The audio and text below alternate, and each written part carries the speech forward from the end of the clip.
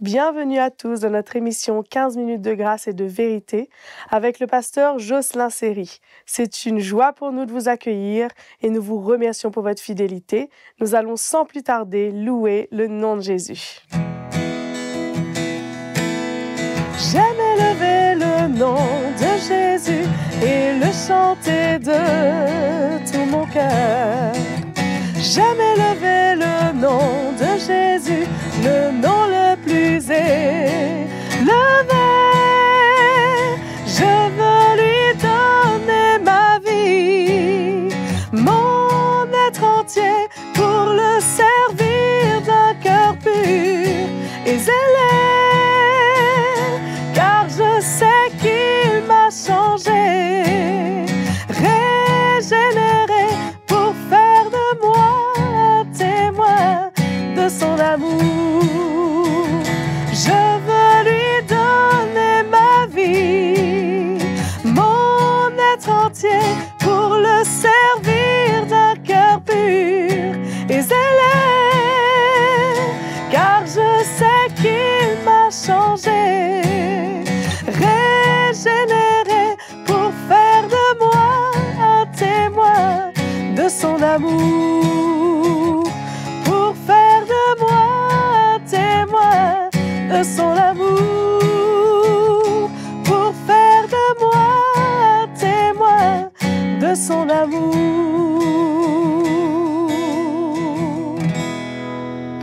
Je vous laisse maintenant avec la parole de Dieu. Bienvenue mes frères et sœurs dans cette session de 15 minutes de grâce et de vérité et aussi en compagnie de Maëva et de ses chants de louanges. Nous la remercions de participer.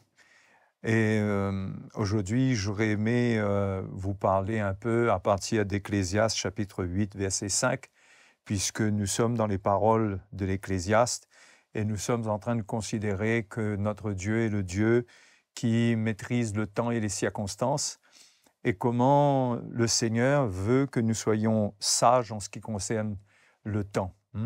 Nous allons voir cela dans Ecclésiaste chapitre 8, verset 5. « Celui qui observe le commandement ne connaît point de choses mauvaises, et le cœur du sage connaît le temps et le jugement. » Ce qui signifie que lorsqu'on obéit à la parole de Dieu, nous recevons de Dieu sa sagesse.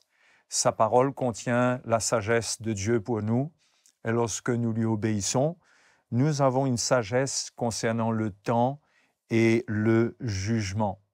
Et la parole de Dieu met souvent en connexion la sagesse et le temps. On voit cela si vous prenez le temps d'étudier un peu la parole de Dieu, vous faites une étude sur la sagesse et le temps, vous verrez qu'il y a beaucoup de combinaisons. Et la parole de Dieu nous montre comment le sage, c'est celui qui comprend le temps. Il comprend et il sait gérer le temps de façon à tirer totalement profit du temps. Parce que le temps, c'est quelque chose qui peut se retourner contre nous si nous ne faisons pas ce que Dieu nous demande de faire dans le temps.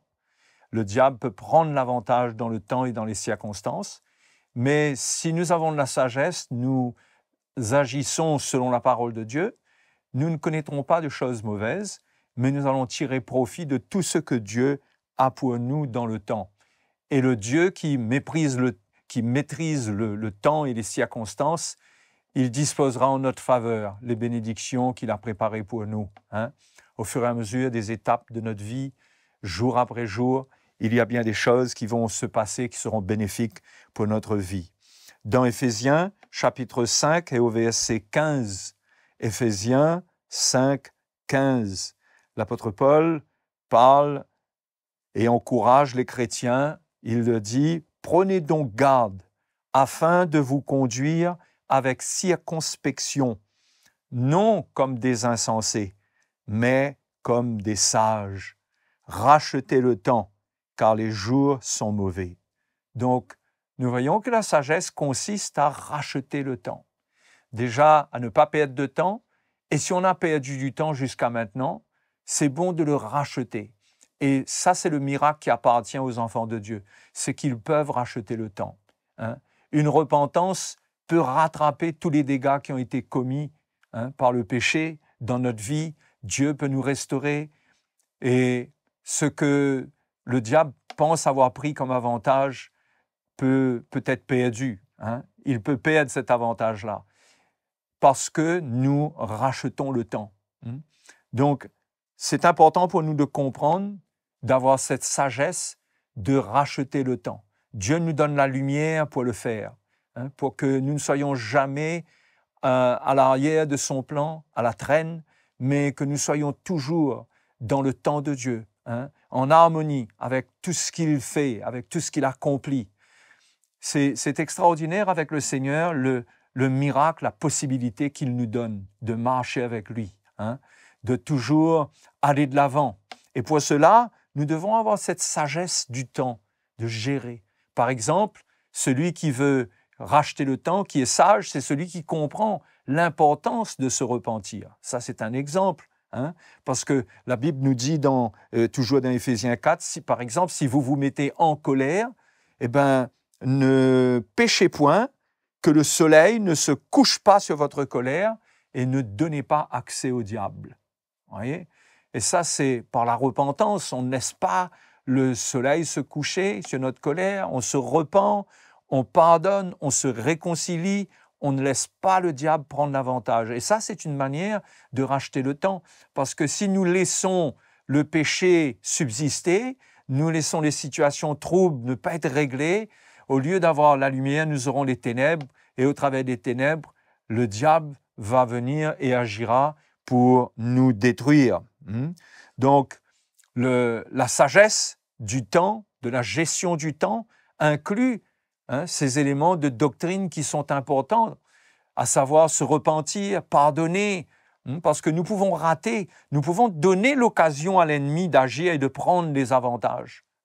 Comme l'apôtre Paul l'avait dit aux Corinthiens, nous n'ignorons pas les desseins du diable. Nous ne voulons pas lui donner l'avantage. C'est pourquoi nous pardonnons.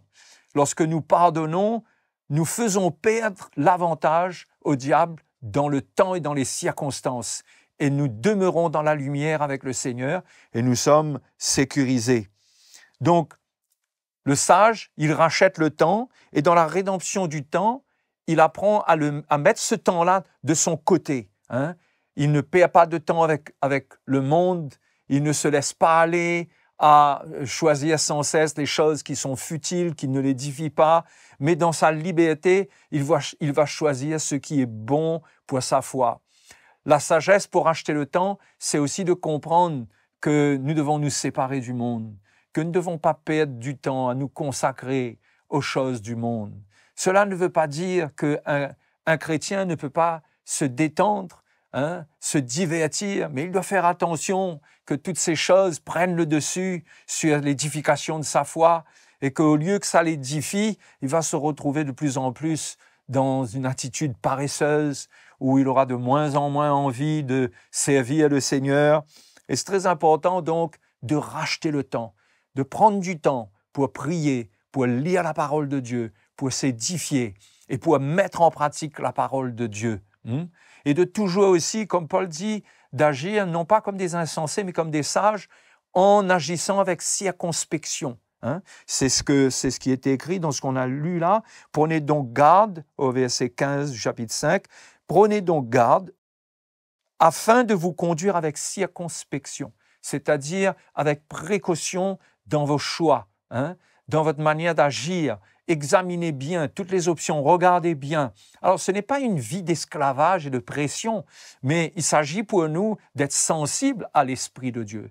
C'est pourquoi dans le même passage, l'apôtre Paul parle d'être rempli de l'Esprit. Ça rappelle un peu les vierges folles qui n'avaient pas cherché leur huile et comment ils se sont... ces vierges ont été en retard ensuite parce qu'elles ont été chercher l'huile, tandis que les vierges sages avaient de l'huile dans leur lampe. Et cette huile nous rappelle quand même le Saint-Esprit. Quand nous sommes remplis de l'Esprit, nous avons une possibilité d'avoir la lumière, d'être sensibles à l'Esprit de Dieu. Et cela nous aidera beaucoup parce que nous ne pouvons pas vivre ces choses dans notre propre force, avec un esprit calculateur, dans un esprit de méfiance. Mais la vie chrétienne, c'est une vie de liberté par le Saint-Esprit. Ce n'est pas une vie de méfiance devant tout ce qui se passe, mais on n'est pas non plus naïf, on n'est pas non plus simple, on ne se laisse pas gagner et on est sensible à l'Esprit de Dieu qui est prêt à nous avertir. Donc on examine toutes choses avec circonspection. Les choses que nous pouvons examiner, que nous pouvons regarder pour prendre des décisions, nous le faisons, mais nous ne vivons pas dans un esprit de pression, comme si qu'il faut se méfier de tout et faire attention à tout, mais nous sommes dans une liberté où nous pouvons discerner. Et c'est comme ça que nous rachetons le temps. Nous ne nous laissons pas gagner par les circonstances qui arrivent, mais nous prenons le dessus. Le rachat du temps passe par les occasions que nous allons saisir pour servir le Seigneur. Il ne faut pas rater les occasions. Ecclésiaste chapitre 9, verset 10 nous dit « Tout ce que ta main trouve à faire avec ta force, fais-le, fais-le. » Toutes les occasions que Dieu te donne de faire quelque chose de bien, fais-le. C'est comme ça que tu rachètes le temps. Tu consacres ton temps à faire la volonté de Dieu. Ecclésiaste chapitre 11 et le verset 6 nous dit aussi « Dès le matin, sème ta semence, et le soir, ne laisse pas reposer ta main, car tu ne sais point ce qui réussira. Ceci ou cela, ou si l'un et l'autre sont également bons. » Alors, tout ce que tu peux faire, fais-le qui est de bien. Bien sûr, tout en discernant la volonté du Seigneur. On ne va pas se lancer dans toutes les directions. Il y a tellement de besoins. Mais plus nous serons remplis de l'Esprit, plus Dieu travaillera notre cœur et nous serons libérés de notre côté humain et émotionnel, plus notre cœur sera porté vers la volonté de Dieu, ce qui est agréable, ce qui est bon, ce qui est parfait, ce qui plaît à Dieu. Et là, nous allons saisir les occasions.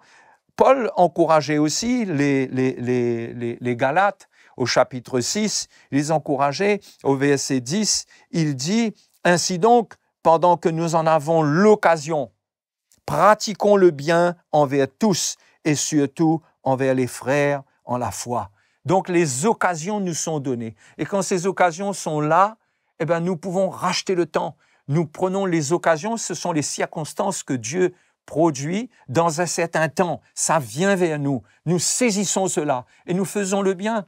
Au fait, dans ce passage, l'apôtre Paul parle de semer pour l'esprit et de moissonner de l'esprit la vie. Il montre que ceux qui sèment selon la chair, au verset 8, il dit « Celui qui sème pour sa chair moissonnera de la chair la corruption, mais celui qui sème pour l'esprit moissonnera de l'esprit la vie éternelle. » Ne nous lassons pas de faire le bien, car nous moissonnerons au temps convenable si nous ne nous relâchons pas. Nous allons moissonner la vie du Seigneur. Nous aurons une œuvre dans notre cœur si nous rachetons le temps en faisant ce qui est bien et en semant pour le Saint-Esprit, en répondant aux œuvres qui viennent devant nous, les œuvres missionnaires, la possibilité de mettre nos finances à la disposition du royaume de Dieu et toutes ces choses qui sont excellentes pour nous. Donc voilà, pour aujourd'hui, c'est bon, je m'arrête là et je vous donne rendez-vous à la prochaine session. Que le Seigneur vous bénisse. Merci d'avoir été avec nous pour cette session de 15 minutes de grâce et de vérité avec le pasteur Jocelyn Seri. Aimez et partagez cette vidéo. N'oubliez pas, abonnez-vous à notre chaîne YouTube CityMI. Et si vous voulez nous écrire, si vous avez des questions ou un témoignage, écrivez-nous à l'adresse qui s'affiche sur vos écrans. À bientôt!